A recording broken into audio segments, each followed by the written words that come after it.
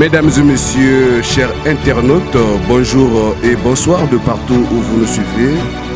Nous sommes très heureux de vous recevoir ce jour dans ce nouveau numéro de l'émission Tolobe Lamboka. Aujourd'hui, nous recevons un invité spécial. Avec lui, nous allons parler de la culture de l'excellence au cœur de l'éducation nationale. Il s'agit donc de monsieur Chancel Cédric Nzaba, un citoyen engagé. Avec lui, nous allons nous apaisantir autour de ce sujet pour analyser ensemble comment les choses se déroulent dans ce secteur de l'éducation. Sans plus tarder, monsieur Chancel Cédric Nzaba, bonjour et bienvenue dans cette émission Tolobe Lamboka. Monsieur Ney, merci beaucoup de m'avoir invité à participer à cette belle émission que j'aime tant, Tolobe Lamboka. Et c'est vrai, Tolobe Lamboka, parce que c'est notre pays. Il faut que nous-mêmes, nous puissions parler de notre pays que d'autres personnes. En tout cas, je suis heureux. Merci de m'avoir invité. Monsieur Chancel Cédric Nzaba, nous réalisons cette émission ce jour dans l'enceinte de l'espace Les Oliviers, ex-Mbale 1, ici à Ouesso, dans le département de la Sangha.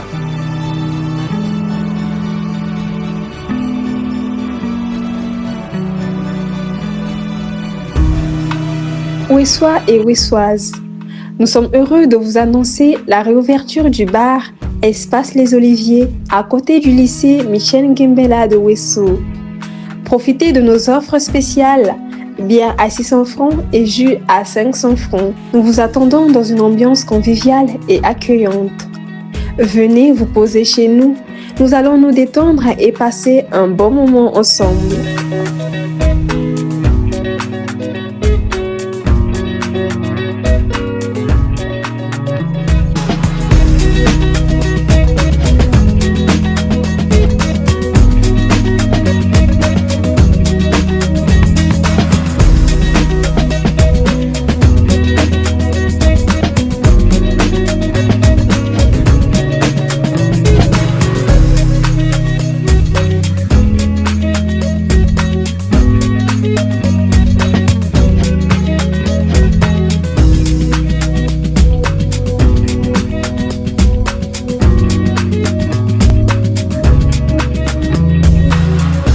Monsieur Chancel Nzaba, très rapidement, d'entrée de jeu, vous êtes enseignant, il faut le rappeler. Voilà, vous enseignez au lycée technique mixte de Ouesso. Et déjà, qu'est-ce que vous entendez par la culture d'excellence au cœur de l'éducation nationale? Dans l'enseignement technique, ou là où vous enseignez, au lycée technique mixte, est-ce que cette culture de l'excellence est de rigueur? Vous l'avez fait, je suis enseignant au lycée technique mixte de Ouesso et je suis également à cheval entre LTMO et l'EPCF, le lycée professionnel d'économie sociale et familiale. Donc, c'est vrai que j'enseigne au lycée technique mixte de Ouesso, mais en dehors de ça, je suis également directeur d'école dans une école privée. Bon, c'est quoi finalement la culture de l'excellence? Bon, monsieur René, vous savez que le mot culture est un mot polysémique. C'est un mot qui a plusieurs significations, mais aujourd'hui, là, je vais définir ce mot-là selon le contexte qui est le nôtre. Alors, la culture, c'est l'action de se cultiver. En fait, ce sont des applications que l'on met à perfectionner les sciences, les arts et à développer facultés humaines. Est-ce qu'aujourd'hui, nous pouvons dire que dans les écoles où je passe, le lycée technique mixte de Wesso ou bien les PCF, est-ce qu'il y a la culture de l'excellence? Bon, je dirais que dans l'enseignement technique et professionnel, actuellement, je vais dire oui, la culture de l'excellence est en train de prendre place. Il faut noter que hier, au lycée technique mixte de Wesso, nous n'avions pas les séries H. Et aujourd'hui, on a ces séries-là. Pourquoi? Parce que le ministère a envoyé au lycée technique mixte de Wesso les machines qui permettent à former les apprenants qui choisissent ces filières-là. Donc ça veut dire que hier on n'avait pas de machines, mais aujourd'hui on en a au lycée technique mixte. Ça permet que les apprenants se perfectionnent. Alors je vais également noter que aujourd'hui, vous savez qu'à Pokola on n'avait pas un lycée. D'accord? On n'avait pas un lycée et donc les parents étaient obligés de traverser la Sangha pour venir inscrire les enfants au lycée technique mixte de Wesso. Et le ministre et son équipe, ils ont eu une idée mirifique et époustouflante à mettre en place le lycée commercial à Pokola. Et ça permet que les parents ne puissent pas, et finalement, toutefois, venir ici à Wesso inscrire les enfants. Donc, de là, il y a une diminution du coût. Oui, une diminution du coût parce que ils sont obligés de garder les enfants avec eux au niveau Pokola. Les enfants partent à l'école, les enfants reviennent à la maison. Mais or hier, ce n'était pas le cas puisqu'il n'y avait pas un lycée là-bas. Donc le parent devait payer le billet, l'enfant devait venir ici. Et si au niveau de Wesso, vous n'avez pas des parents qui puissent recevoir cet enfant-là qui vient faire l'école ici, et donc il faut trouver une maison, il faut trouver un studio, mais c'est de l'argent, ça a un coût. Vous voyez, donc le parent était en quelque sorte asphyxié, mais le ministère a vu tous ces aspects-là, et cette année, nous avons un lycée à Pokola. Eh ben, c'est une bonne chose.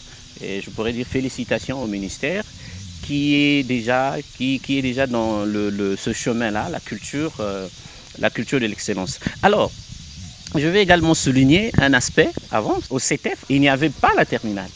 Donc les enfants s'arrêtaient en première, les enfants faisaient le BP, et surtout ceux qui ont fait puériculture, et quand ils font le BP, ils ont le BP, après il faut aller où? Beaucoup se convertissaient et partaient à El Tao pour aller faire production et santé animale. Vous voyez, de la puériculture, vous allez faire PESA. Bon, il y a quelle similitude?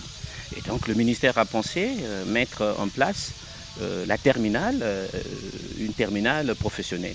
Et aujourd'hui, nous avons, sur le territoire national, nous avons la filière auxiliaire de vie et commercialisation et services en restauration. En tout cas, félicitations au ministère de l'enseignement technique et professionnel de ce qu'ils sont en train de faire. Merci beaucoup, Monsieur Chancel Cédric Nzaba. Chers internautes, nous sommes ravis de votre fidélité à cette belle émission Tout le Bilamboka, un espace où nous parlons vrai pour le Congo avec des Congolais. Monsieur Chancel Nzaba, quels sont donc les défis que rencontre l'éducation nationale au Congo pour promouvoir la culture de l'excellence? Mais les défis sont nombreux, hein. Je vais citer quelques-uns. Nous avons par exemple le manque des ressources et nous avons également le manque de formation continuelle. Il y a manque des séminaires, manque de colloques, manque des séances pédagogiques pour renforcer la capacité des enseignants. Vous savez que Max Weber disait que manager, diriger, tout comme enseigner, c'est transformer le travail des autres en performance durable. Et donc, normalement, les inspecteurs devraient mettre en place un programme de formation pour finalement aider les enseignants que nous sommes à parfaire notre travail. Donc s'il n'y a pas ces activités-là, et ça sera la routine, on ne va pas pousser la réflexion plus loin. Donc je pense qu'il faut organiser des séminaires, il faut organiser des colloques, il faut organiser des conférences pédagogiques pour attirer l'attention des enseignants sur la culture de l'excellence. Le problème de l'excellence dans nos établissements scolaires ne se trouve pas seulement à Ouesso. Sur le plan national, nous avons des élèves qui obtiennent leur baccalauréat avec des mentions très bien, mais qui au finish ne sont pas capables de défendre leur diplôme. Est-ce que vous avez des propositions pour que le gouvernement relève les défis que vous venez d'évoquer tout à l'heure? Les enfants qui obtiennent le CEP, le BPC et le baccalauréat. Aujourd'hui, il y a un problème qu'il faut souligner. Vous allez remarquer que ceux qui sont au primaire accusent le préscolaire qui ne forme pas bien les enfants. Ceux qui sont au collège accusent le primaire qui ne forme pas bien les enfants. Et ceux qui sont à l'université disent que le lycée ne fait rien.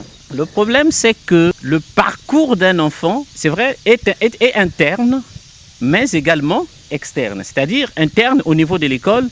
Les enseignants stimulent les enfants encadrent les enfants au niveau de l'école. Mais quand l'enfant est à l'extérieur, les parents également doivent accompagner les enfants à parfaire leur travail. Maintenant, si on a affaire aux parents qui ne sont pas sachants, qui accusent quelques difficultés dans l'encadrement des enfants, mais on peut engager un maître de maison, on peut engager un professeur. Aujourd'hui, si les enfants qui obtiennent le CEP ne sont pas compétents, n'ont pas un niveau, qui obtiennent le BPC n'ont pas un niveau, qui obtiennent le bac n'ont pas un niveau, mais c'est tout simplement parce que les conditions dans lesquelles que ces enfants-là passent ces examens-là sont lesquelles? C'est que on est dans une salle de classe, on est 50 et on est serré. Voilà, l'élève Malonga fait bien, il donne un Nzaba. Moi, je ne fais que recopier. Et à la fin, j'ai 15 de moyenne, à la fin, j'ai 14 de moyenne. Les parents sont contents. Et quand j'arrive à l'université, eh ben, c'est autre chose. Je tâtonne. Et pour la plupart, qu'est-ce qu'ils font? Et ils n'arrivent pas. Et ils disent que là-bas, il n'y a que des grèves. Bon, là-bas, il n'y a pas de cours. Mais c'est parce qu'il s'est rendu compte que le niveau est tellement haut là-bas qu'il ne peut pas finalement continuer là-bas. Donc, la proposition que je peux faire, c'est de mettre en place un programme de travail conséquent et améliorer également les conditions dans lesquelles les enfants passent ces examens-là. Parce que si on n'améliore pas ce côté-là, on aura toujours ce problème-là. Parce qu'on ne saura pas, est-ce que l'enfant a fait bien, est-ce que c'est son travail, ou bien c'est quelqu'un d'autre qui a fait à sa place. C'est ça le problème. C'est ça le problème. Et en plus, il faut verrouiller les passages des enfants en classe supérieure. Il faut verrouiller, il faut regarder cet aspect-là. Est-ce que l'enfant qui passe en seconde a mérité? Est-ce que l'enfant qui passe en première a mérité? Est-ce que l'enfant qui va en terminale a mérité? Il faut regarder, il faut qu'il y ait les moyens de passage. Il faut qu'il y ait ça. Ah oui. Mais si, par complaisance, vous faites passer un enfant qui a fait 5 de moyenne en première, qui va en terminale, mais croyez-moi, vous aurez tous les problèmes. Mais un enfant comme ça qui a fait 5 de moyenne, bon, il va faire le bac, il va tenter la chance. Bon, il peut avoir la chance, il est assis à côté d'un enfant qui fait bien, voilà, à la fin, il a le bac. Mais est-ce que c'est sa capacité intellectuelle? Non. Donc cet enfant-là ne pourra pas aller à l'université.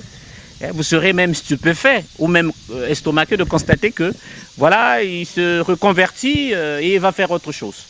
Alors qu'il vient d'avoir un bac A et un bac C, un bac BG, un bac E ou un bac G1. Voilà, donc l'État doit prendre en main ses responsabilités,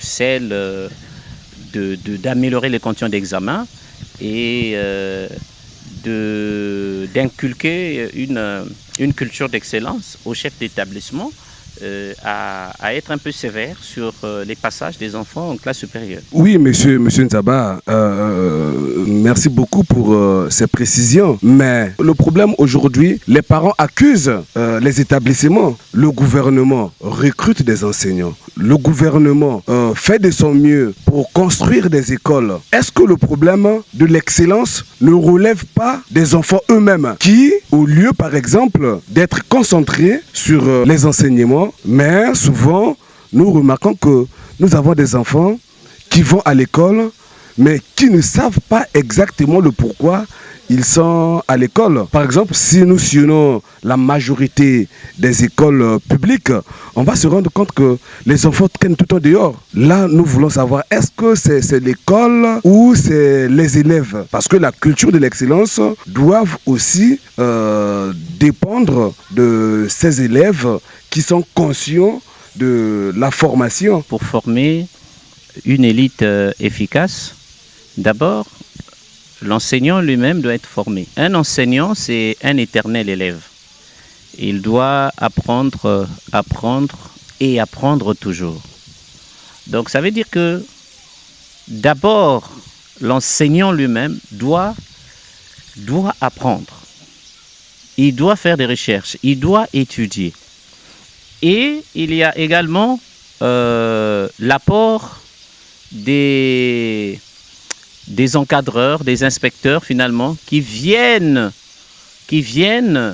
aider l'enseignant à parfaire son travail. Mais comment ils aident l'enseignant à parfaire son travail? C'est en organisant, ce que j'ai dit, des séminaires pédagogiques, des conférences pédagogiques pour finalement et dire à l'enseignant, attention, vous enseignez, mais il y a une fiche, il y a une démarche à suivre. Voilà, telle leçon, comment il faut l'enseigner, telle leçon, voilà ce qu'il faut faire. Donc ça, c'est de la responsabilité des enseignants, des inspecteurs. Maintenant, du côté des enfants aussi, il y a une part de responsabilité. C'est que les enfants... c'est-à-dire que c'est ce phénomène-là, je ne comprends pas. Les enfants ne veulent pas apprendre. Vous y allez en classe, mais vous sentez que il y en a qui somnolent, il y en a qui pensent qu'il ne fallait pas que vous soyez là. Oui, parfois il y a des enseignants, hein, et les enfants disent que mais celui-là ne manque jamais de cours, il est toujours présent et tout, nous on est fatigués et tout. Bon, et moi je comprends. Je comprends bien que c'est parce que les enfants ne comprennent pas finalement parfois l'objectif de l'école. Donc ce qu'il faut faire, c'est que les chefs d'établissement également doivent prendre leurs responsabilités en main. C'est-à-dire conscientiser les enfants constamment, organiser des réunions inter-écoles avec les enfants, leur parler des études, leur donner finalement l'importance de leur filière, ce qu'ils peuvent devenir demain. Donc je pense qu'en faisant ça, on peut gagner quand même quelques enfants. Ouais, on peut gagner quand même quelques enfants. Vous savez, monsieur Oné, tous nous sommes allés à l'école, mais c'est juste une poignée de personnes qui ont réussi, qui sont allées plus loin. Donc ce problème-là, oui, c'est un problème qui est là, mais bon, qu'est-ce qu'on peut faire encore? C'est d'encadrer tout simplement. Voilà, on va arriver dans un établissement, les enfants sont dehors et tout, mais parfois le professeur est en classe, mais eux ils préfèrent sortir. Et il faut également noter quelque chose. Vous allez remarquer, pour la plupart des écoles publiques ne sont pas clôturées. C'est un problème. Et c'est un grand problème. Et si l'école était clôturée, on pouvait quand même, les surveillants généraux, que ce soit à Gembela, lycée technique mixte, au lycée Premier Mai, et à Poitiers-Bernard, Pointe-Noire, LVA, etc., si Au moins Poitiers-Bernard c'est clôturé, je vois, et LVA quand même ça va, c'est clôturé. Mais il y a des établissements qui ne sont pas clôturés. Ouais. Mais si l'établissement n'est pas clôturé, mais c'est grave. Les enfants vont rentrer comme ils veulent et tout, et ils peuvent sortir comme ils veulent. Ouais. Et quand c'est clôturé, on peut quand même contenir tous les enfants et on peut éviter le pire. Donc la culture de l'excellence commence par la tutelle, le ministère, ça descend aux inspecteurs, ça descend aux enseignants. Et ensuite, les enseignants communiquent cette culture de l'excellence aux enfants.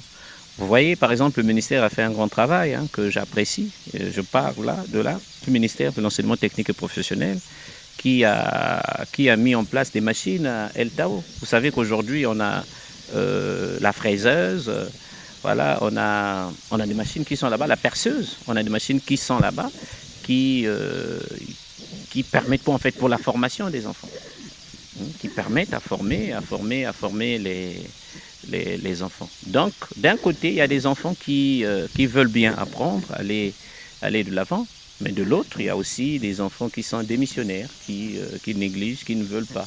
Oui, il y a des enfants qui sont démissionnaires, qui ne veulent pas apprendre, qui sont paresseux. Mais est-ce que ce n'est pas la faute des autorités?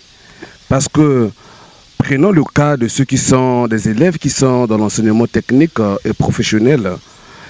Ces enfants-là, normalement, après leur formation, devraient normalement avoir du boulot, puisqu'ils ont eu une formation qualifiante. Ils devaient normalement avoir du boulot. Et cela pouvait aussi inspirer des autres à suivre le pas. Mais aujourd'hui, lorsqu'on forme des enfants, par exemple, en production végétale, ou on paie ça, mais ces enfants-là, après le bac, ils sont abandonnés à eux-mêmes. Est-ce que cette façon de faire peut susciter la culture de l'excellence chez les élèves? Bon, je vois, aujourd'hui, vous avez choisi de me taquiner. Mais ce qui est vrai, la culture de l'excellence y est. Vous savez, hier, nous n'avions pas dans l'enseignement technique et professionnel ce que nous avons aujourd'hui. Donc, le ministère, de son côté, est en train de fournir un travail, je l'ai dit, un travail époustouflant, à ne pas ignorer. Vous savez, monsieur Oney, quelqu'un disait, il ne faut pas scotomiser les choses. Il ne faut pas omettre intentionnellement, mais ouvrez les yeux, vous regardez bien, vous sentez qu'il y a un effort conséquent au niveau du ministère de l'enseignement technique et professionnel. Les machines sont là, voilà, et c'est aux enseignants de former, n'est-ce pas? Le ministère dépose des machines, c'est pas à eux de venir encore enseigner, mais les enseignants doivent prendre leurs responsabilités en main. Les chefs d'établissement doivent prendre leurs responsabilités en main en formant les enfants. D'accord? Mais si les chefs d'établissement, les inspecteurs ne prennent pas leurs responsabilités en main, mais finalement, on aura des enfants qui sont mal formés. Parce que c'est une chaîne. Les inspecteurs arrivent pour faire un peu la pression pour que finalement les gens se mettent au travail et forment ces enfants-là. Donc il y a ça qui manque. Il y a également les enfants qui sont aussi des missionnaires, je l'ai dit. Vous savez, vous avez le bac, oui, mais après il y a des concours qui sont là. Mais beaucoup échouent, ils n'arrivent pas. Ils arrivent à Brazzaville, on échoue à un concours. Bon, on se dit, je peux prendre l'inscription dans une université, à la faculté des sciences, ou bien pour aller faire économie, ou maths, sciences physiques à la faculté des sciences. Ils arrivent là-bas, et parfois, ils n'arrivent pas. Ils ont des problèmes de niveau. Pourquoi? Parce que la base, la fondation a été très faible. Et du coup, ils sont obligés de revenir vers les parents pour dire que bon, là-bas, il n'y a que de grève, bon, là-bas, il n'y a pas de cours. Mais lui-même, il sait qu'il n'a pas pu. Puisqu'il y a des élèves qui partent dans ces facultés-là et qui réussissent. N'est-ce pas? Voilà. Donc, si on y va et qu'on n'a pas pu, ça veut dire que quelque part, nous sommes nous-mêmes fautifs quelque part. On n'a pas les bases solides pour affronter l'université. Donc, vous avez bien souligné que les enfants qui ont fait PESA, mais parfois qui n'arrivent pas.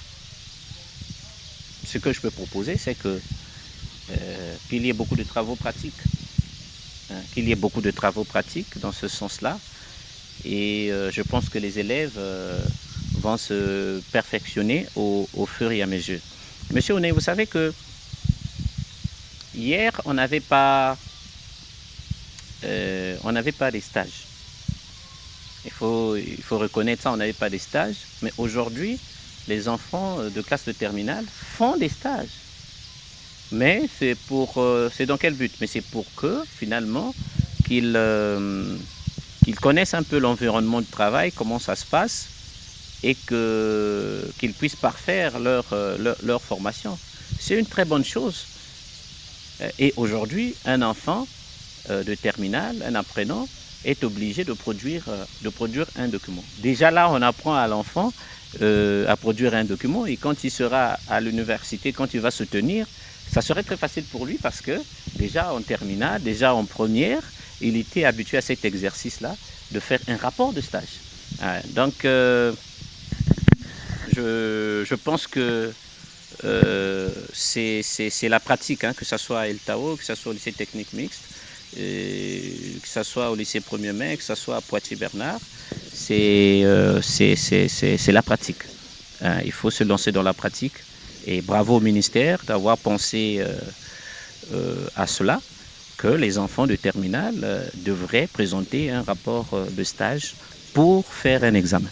Nous poursuivons notre émission, toujours pour chercher à comprendre comment rehausser le niveau de nos élèves, pour qu'on parle de la culture de l'excellence dans l'éducation. Nous pensons que la plus grande responsabilité incombe d'abord au gouvernement. Et le gouvernement Makosso tient cela aussi à cœur, parce que nous voyons comment ils ont construit des écoles d'excellence dans les différents départements. Par exemple, ici à Ouesso, dans le département de la Songa, nous avons un lycée d'excellence ici à Ouesso. Quel est le constat que vous faites de ces lycées ou de ces écoles dites d'excellence, puisqu'il y a des voix qui se lèvent pour dire qu'il s'agit de l'exclusion?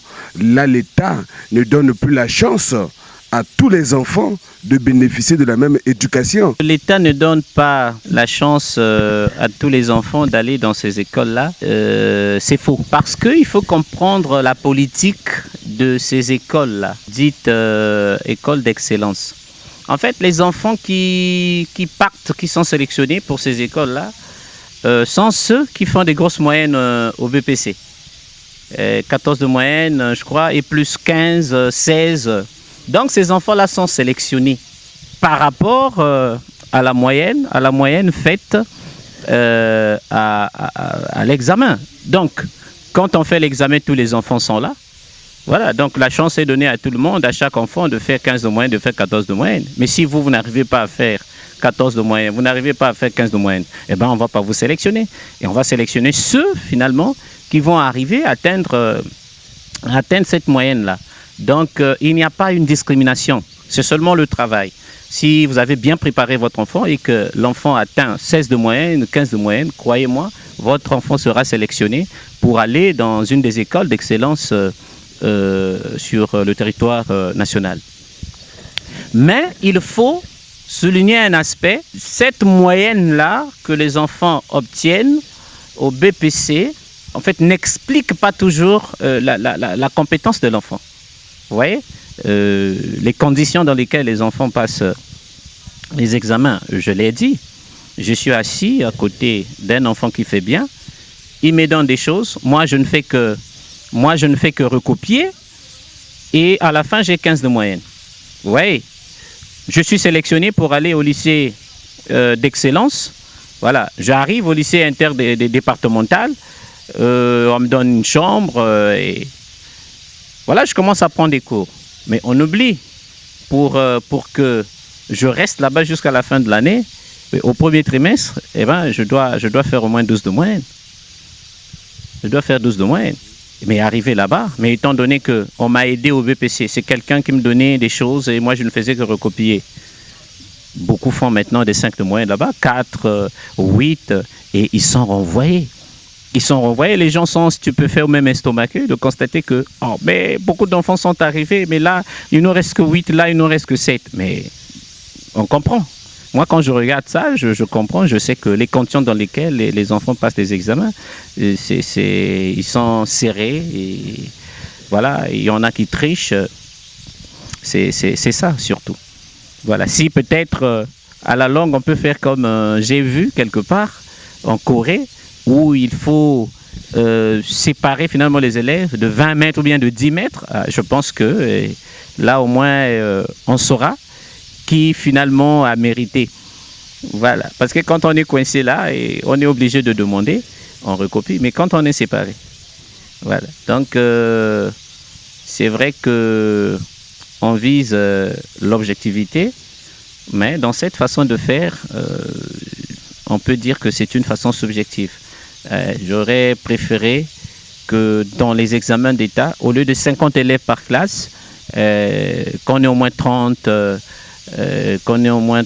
voire 40, une salle très vaste pour que les enfants soient espacés, pour qu'on ait des résultats fiables. Moi, lorsque je parlais de la discrimination, je voyais l'aspect, la chance qu'on donne à ceux qui fréquentent dans ces écoles dites d'excellence. Là-bas, les salles ne sont pas pléthoriques, telles que nous observons dans d'autres écoles publiques. Par exemple, chez vous, au lycée technique mixte, dans la salle de la seconde, on peut avoir 100 à 130 élèves. Dans de telles conditions, pensez-vous que on peut avoir des élèves d'excellence dans de telles conditions? Oui, mais pourquoi pas? Il y en a qui brillent. Hein, et moi, j'ai fait le lycée Poitiers-Bernard, puisque j'ai le bac E. Et vous voyez bien, surtout en F3, il y avait beaucoup d'élèves. D'accord, mais il y en a toujours qui sortaient la tête. C'est comme ça, c'est le lycée public. Et je pense qu'avec la politique que le gouvernement est en train de mettre en place, construire plusieurs écoles, et je pense que dans l'avenir, on n'aura plus des classes pléthoriques. Je dirais que les chefs d'établissement doivent prendre leurs responsabilités en main en organisant bien évidemment ces travaux dirigés. Parce que si chaque enseignant se mettait à organiser, à moins que ça soit privé. Si c'est privé, c'est autre chose. C'est privé, bon, l'élève n'est pas obligé d'aller suivre ces TD-là. Alors, si c'est au niveau de l'école publique, ça a un caractère un peu obligatoire et à faible coût. Les enfants vont venir suivre ces travaux dirigés. Bon, monsieur Oney, on est des citoyens congolais. Il faut savoir que le pays traverse, nous sommes dans une crise qui ne dit pas son nom, ça on le sait.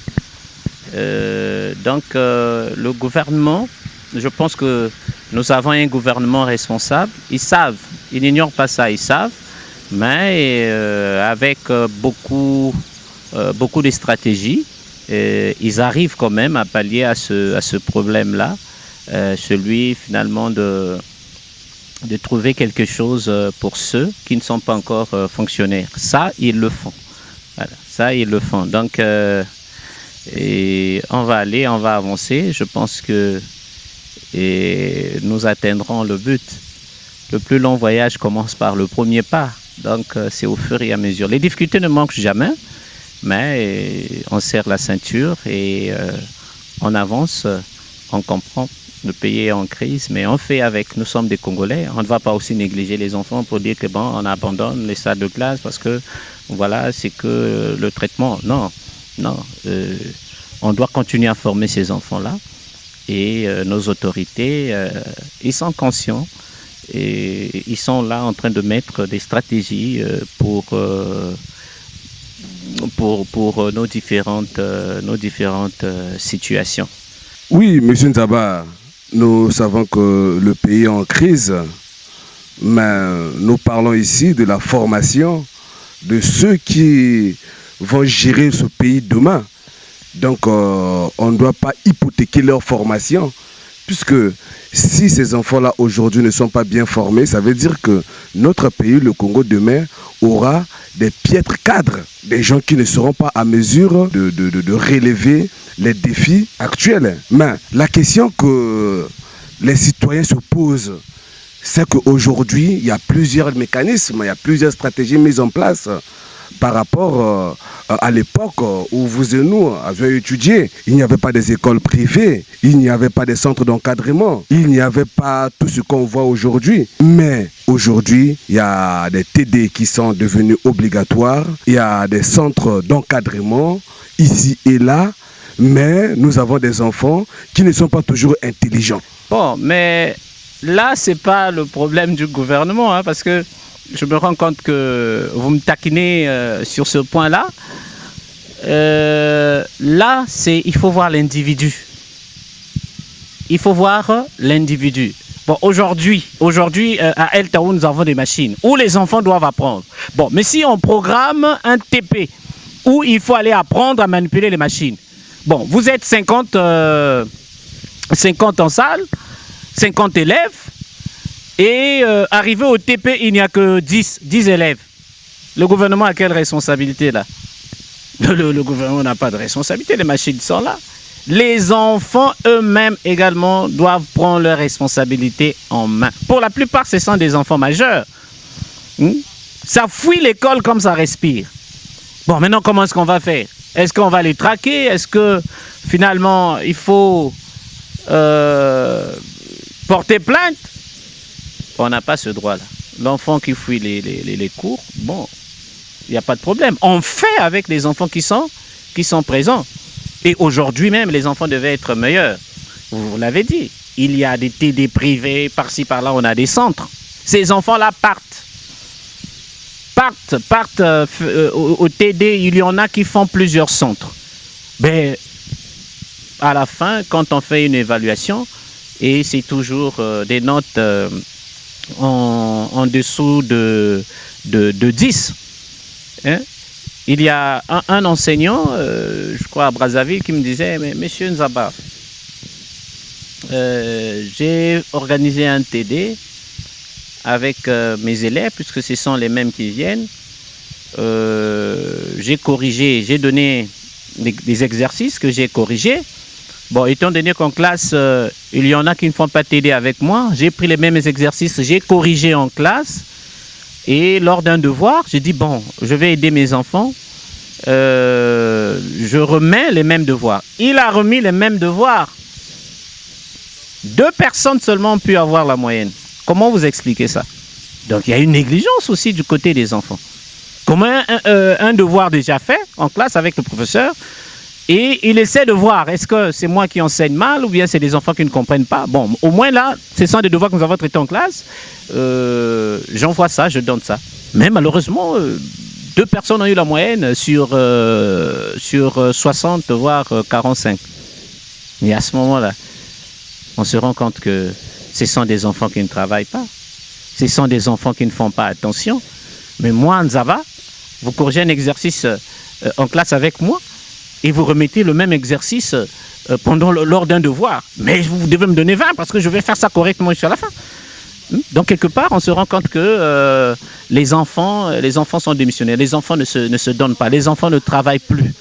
Il y a des enseignants qui se donnent, qui expliquent. Mais malheureusement, les enfants, quand ils arrivent à la maison, ils mettent le cahier sous les tiroirs, sous le lit, voilà, pour le ressortir le jour qu'ils auront cours. Faites seulement le constat, c'est quoi? C'est que la leçon vue aujourd'hui, après une semaine, vous revenez, vous dites aux enfants, une simple question qui peut me rappeler le titre de la leçon que nous avons vue la fois dernière. Mais personne ne répond, on vous regarde là, c'est comme si vous êtes en train de parler chinois ou bien une langue que les enfants ne comprennent pas. Hein? C'est un péché académique. C'est mon expression, je dis que c'est un péché académique pour nos enfants qui ne veulent plus travailler.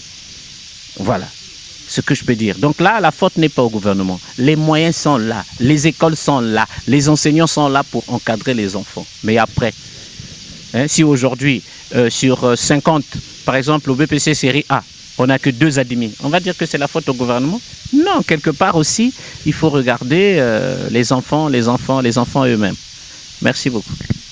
Oui, monsieur Nzaba, nous tendons pratiquement vers la fin de cette mission que nous réalisons ce jour à l'espace Les Oliviers, ex-Mbale 1, ici à Ouesso, dans le département de la Songa, où nous parlons de la culture de l'excellence au cœur de l'éducation.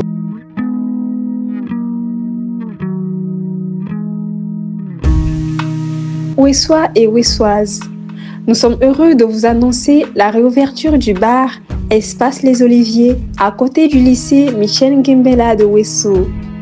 Profitez de nos offres spéciales, bière à 600 francs et jus à 500 francs. Nous vous attendons dans une ambiance conviviale et accueillante. Venez vous poser chez nous, nous allons nous détendre et passer un bon moment ensemble.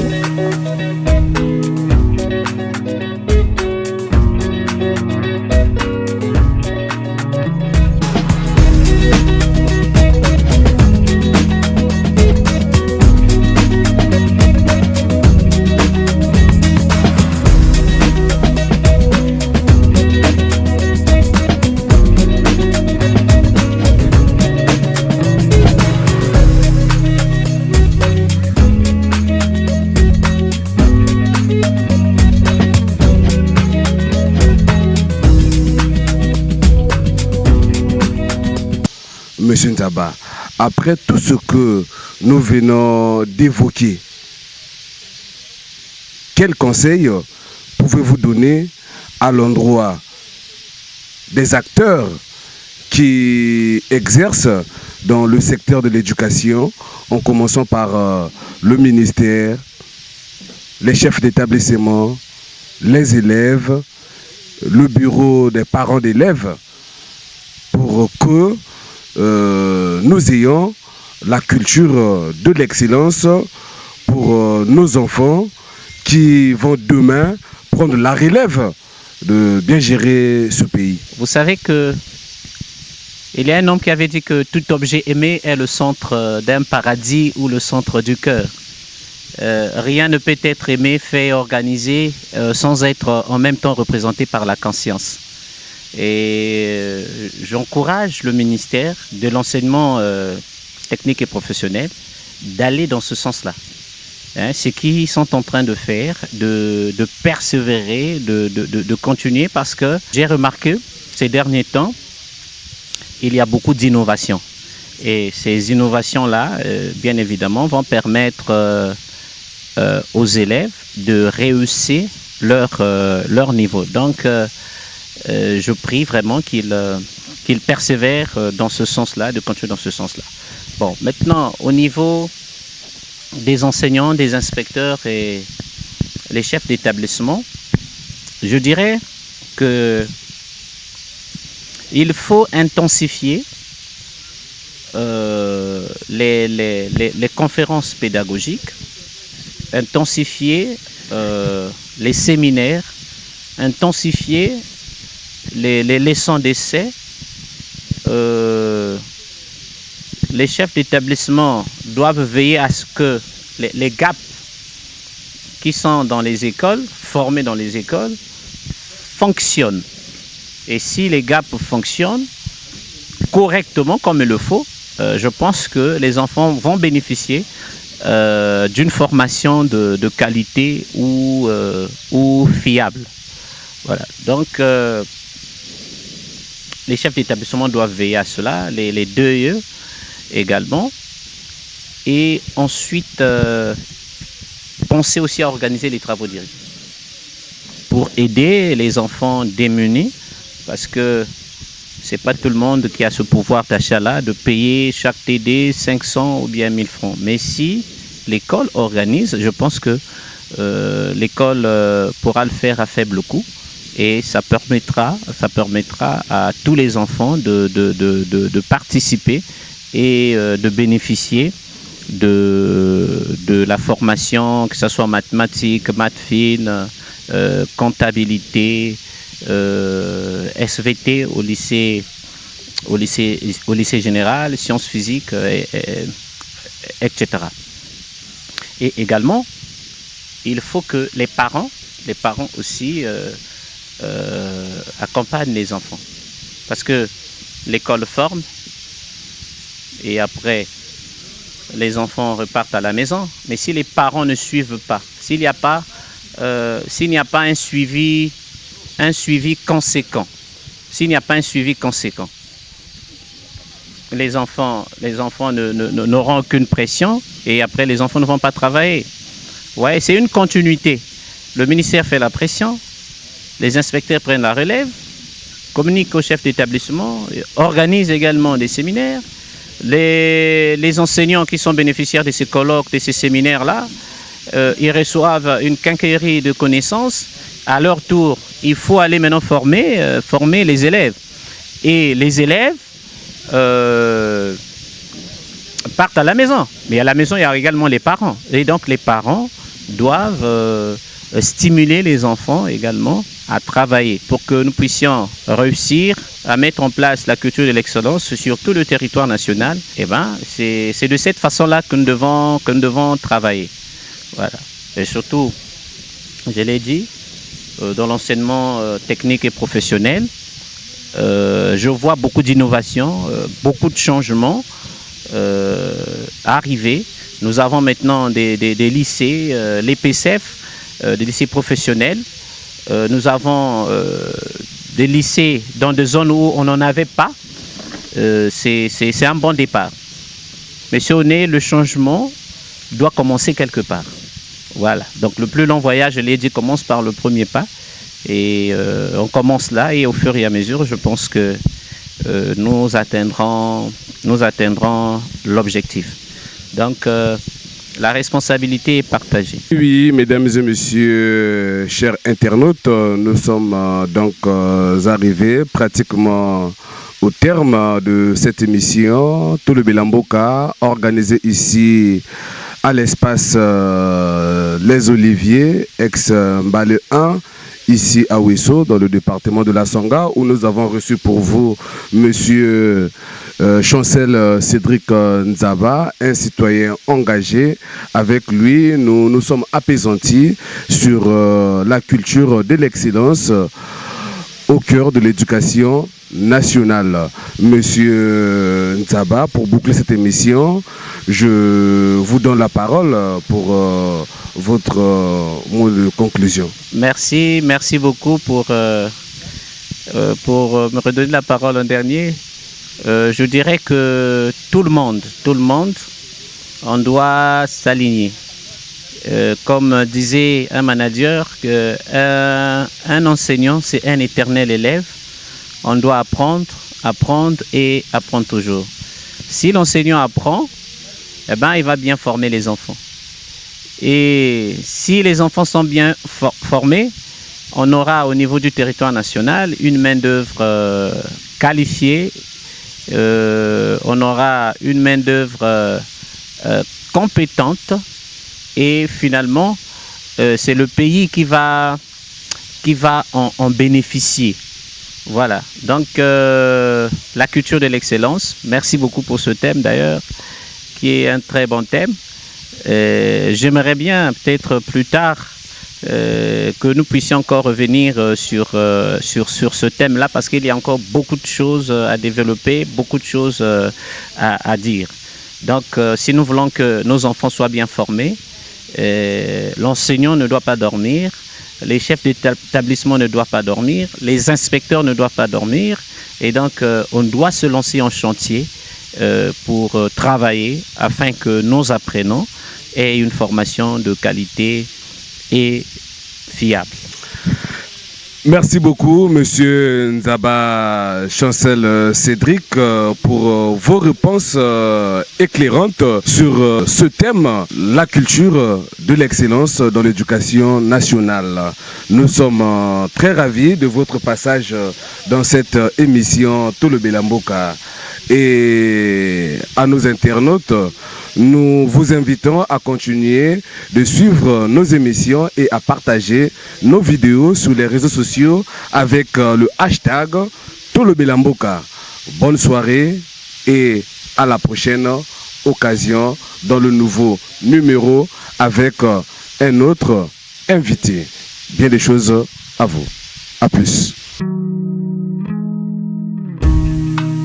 Ouessois et Ouessoises, nous sommes heureux de vous annoncer la réouverture du bar Espace Les Oliviers à côté du lycée Michel Ngembela de Ouesso.